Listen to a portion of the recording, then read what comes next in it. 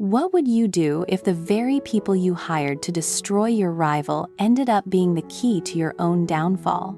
Would you run, or would you stand there and watch as the trap you set for someone else snaps shut on your own throat? The air on the narrow, dusty road leading toward the old construction site was heavy, thick with the scent of damp earth and coming rain.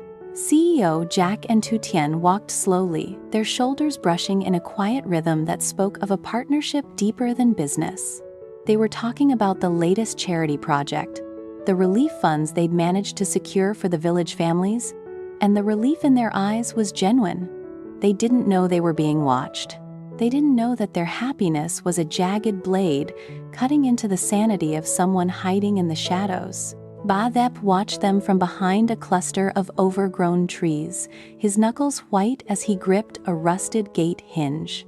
His jaw was clenched so tightly that the muscles in his neck pulsed with every breath.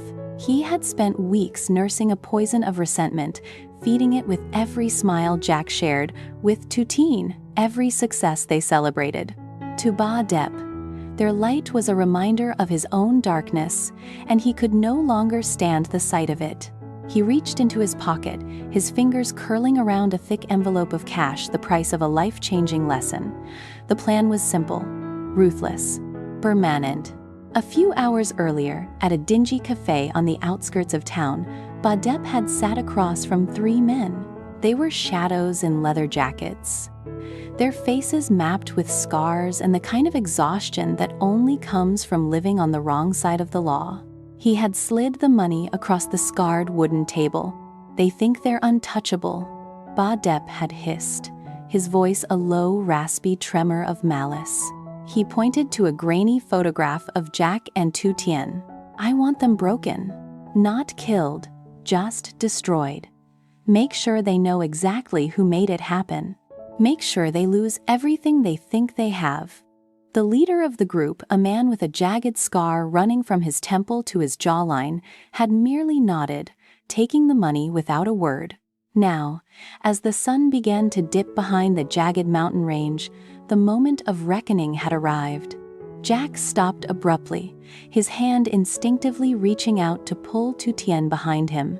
His eyes, usually warm and calculating, hardened into chips of obsidian. Ahead, the road was blocked.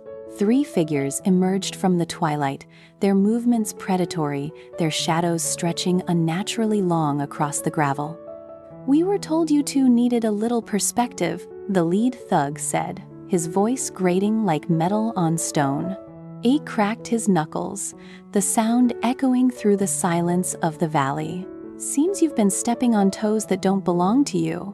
Tu Tien gasped, her hand clutching the back of Jack's jacket. She didn't scream. She had learned long ago that in a world of wolves, screaming only made you prey. She watched Jack.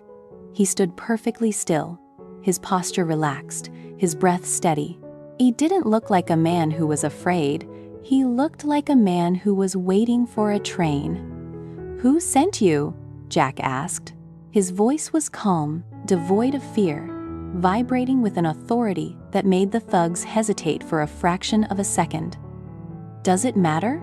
The second man spat, pulling a heavy iron pipe from his waistband. "You're done, CEO. Your time in this village ends tonight."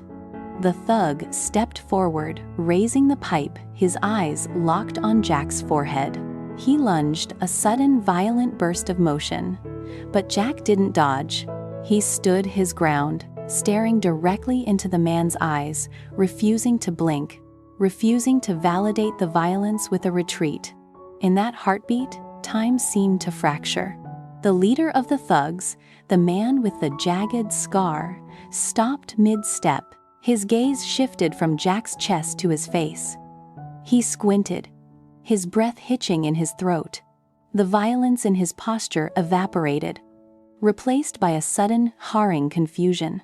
He dropped his hand, his grip on the weapon loosening, until it clattered uselessly against the stones. "Wait," the leader whispered. His voice cracked, losing all its manufactured menace. "What are you doing?"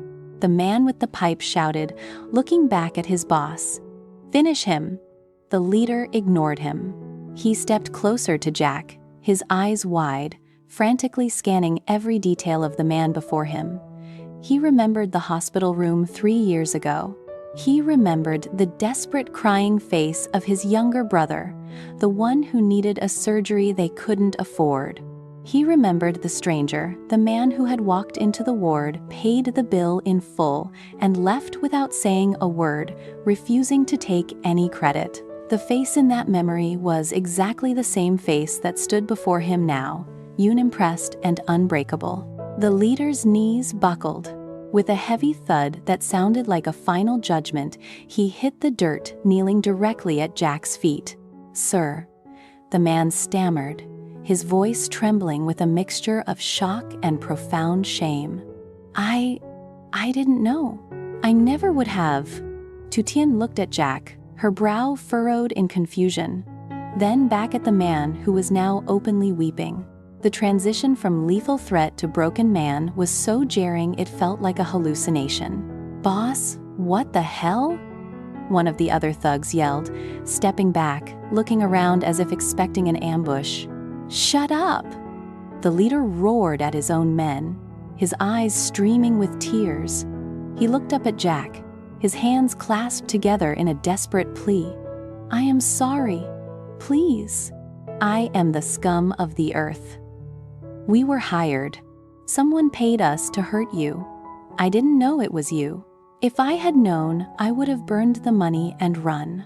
Jack looked down at him. There was no anger in his gaze, only a heavy, weary disappointment. He didn't offer a hand to lift the man up, but he didn't turn away either. "Who paid you?" Jack asked quietly. The leader turned, his face hardening instantly as he looked back toward the tree line where the shadows were deepest. He stood up, his men following his lead, their aggression now redirected with a dangerous, focused intensity. It was the man in the dark coat, the leader growled, pointing a shaking finger toward the brush. "He's been watching us the whole time. He's right there." From behind the thick leaves, a figure stumbled out. It was Ba Dep. He had been so sure of his victory that he had stepped out, wanting to savor the look of defeat on Jack's face. He had expected to see Jack broken on the ground, but instead, he found his own world crumbling. He froze, his face pale, his eyes darting between the thugs and the calm, terrifyingly composed CEO. Ba Dep tried to speak, but the words died in his throat. He looked at the thugs, the very men he had paid, and saw the betrayal in their eyes. They were no longer his employees, they were his executioners. "You," the leader said, walking slowly toward Ba Dep. "You wanted us to hurt a man who saved my family? You wanted us to be the instrument of your petty, pathetic jealousy?" Ba Dep backed away, his heels catching on a protruding root. He fell hard, sprawling into the dirt. No, wait. I can pay you more. Double, triple, just get them." The thugs didn't even look at the money he held out. They moved with a synchronized, silent menace surrounding him. The power dynamic had shifted completely. The hunter was now the prey, and there was nowhere left to run. Ba Dep looked up, his eyes meeting Jack's. He saw no mercy, but he also saw no petty vengeance. He saw something much worse. He saw the reflection of his own hollow, miserable character. Jack didn't need to lift a finger. He didn't need to shout or fight. He simply stood there, a witness to the inevitable collapse of a man who had chosen hate over humanity. "Please?" Ba Dep sobbed, the tears carving clean tracks through the dust on his cheeks. "Jack, I was wrong. Please call them off." "I didn't mean it!" Jack took a single step forward. The air seemed to grow colder. He looked down at Ba Dep, and for the first time, he spoke to him directly. "You didn't just want to hurt me, Ba Dep," Jack said, his voice low and steady, carrying across the silent road. "You wanted to hurt the people who depend on us.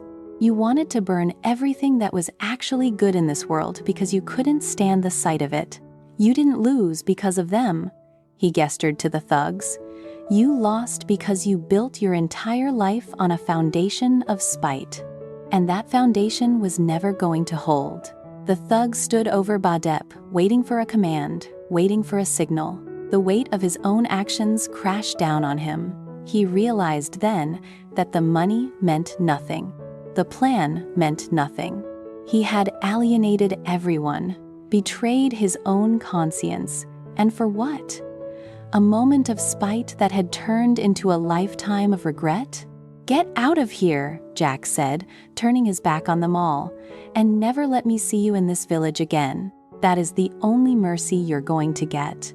The thugs hesitated, then, acknowledging Jack with a respectful, silent nod, they turned their attention back to Badep.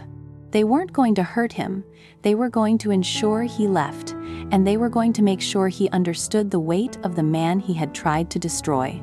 They hauled him up by his collar, his pleas fading into a pathetic whimper as they dragged him away from the path into the dark toward the road that led out of the valley.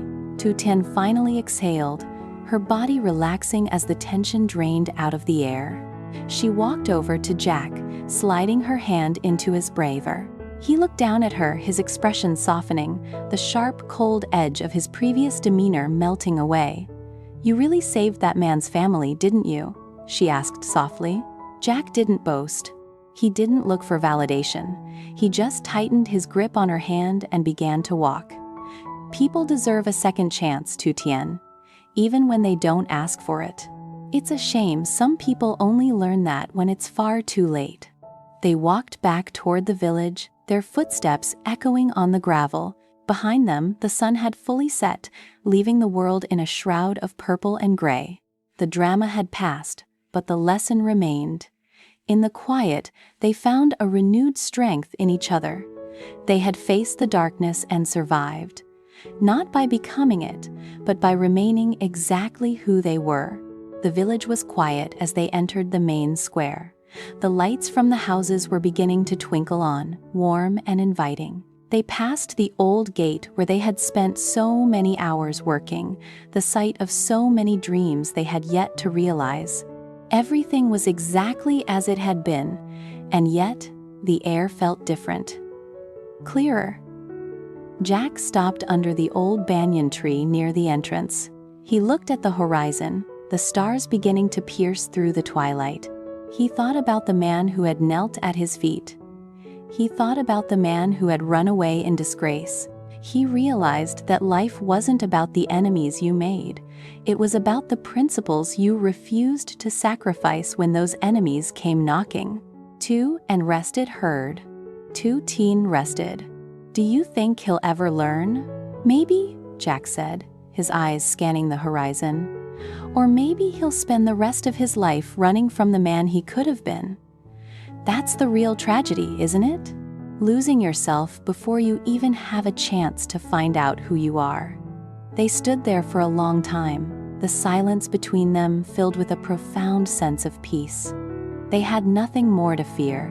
The threat was gone, the air was still, and they were together. The next morning, the village felt different. The gossip, which usually hummed through the market like a swarm of bees, was strangely subdued. People knew something had happened on the mountain road. They knew Badep was gone. They didn't need the details to understand that a shift in power had occurred, not a power gained through violence, but a power earned through the quiet accumulation of good deeds. Jack was back at his desk by sunrise, the familiar rhythm of his work providing a comfort he hadn't realized he needed. He looked at the files in front of him, the names of the families they were helping, the projects they were building.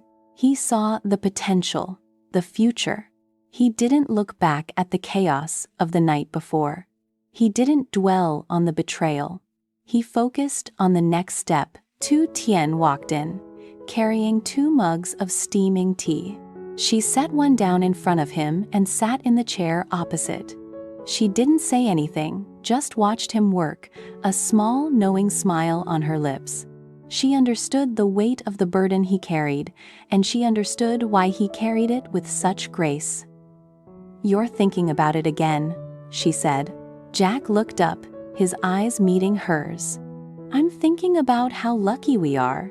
Not because we won, but because we didn't lose ourselves in the process. The drama of the night before served as a reminder that the world was full of shadows, but it also served as a testament to the fact that shadows cannot exist without light. As long as they stayed true to their purpose, as long as they continued to help those who couldn't help themselves, the hate would always consume itself, leaving nothing behind but the silence of its own failure. The road ahead was long, and there would be more challenges, more people like Badep who would try to tear them down because they couldn't reach the heights they had attained. But as Jack looked at Tu Tien, he knew they would be ready.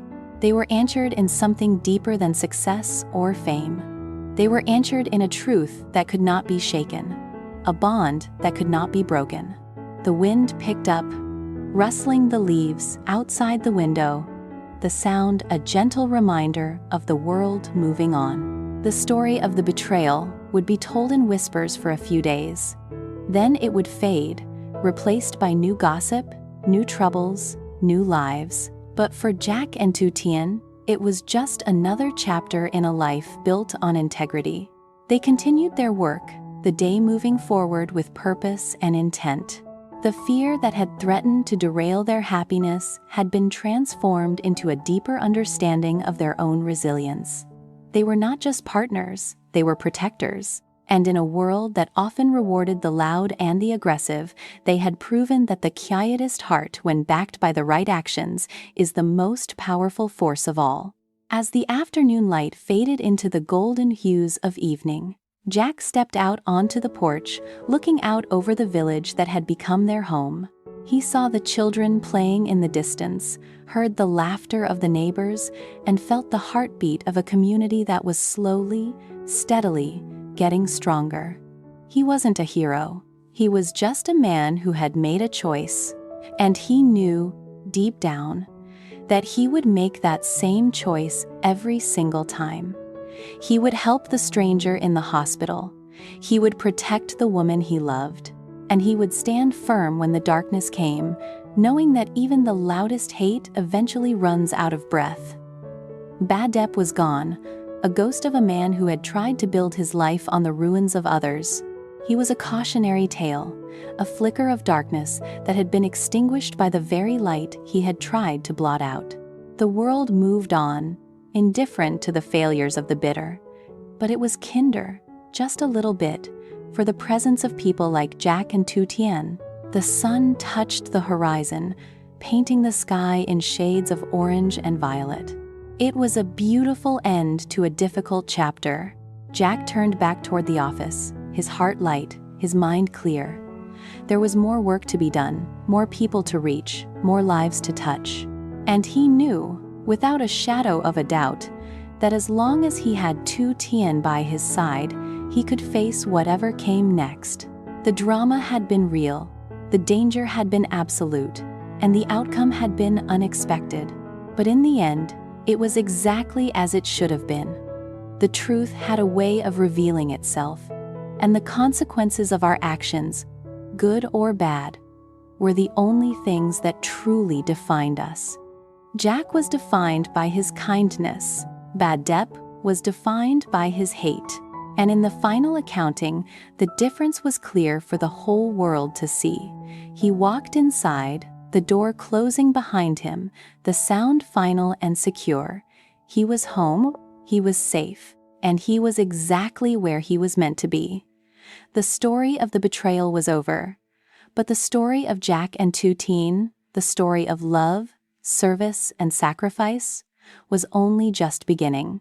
And it was a story that would continue to grow, through the storms and the sunshine, stronger and more beautiful with every passing day. The shadows lengthened, then vanished, swallowed by the rising moon. The world was at peace, and so, for the first time in a long time, was Jack. He looked at the quiet desk, the unfinished papers, and smiled.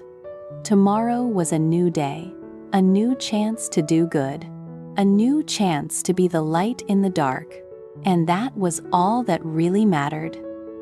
The village slept, a blanket of silence covering the roofs, the paths, and the trees. Somewhere, miles away, a man named Ba Dep was wandering a road he didn't know, haunted by the memory of a man he had failed to destroy.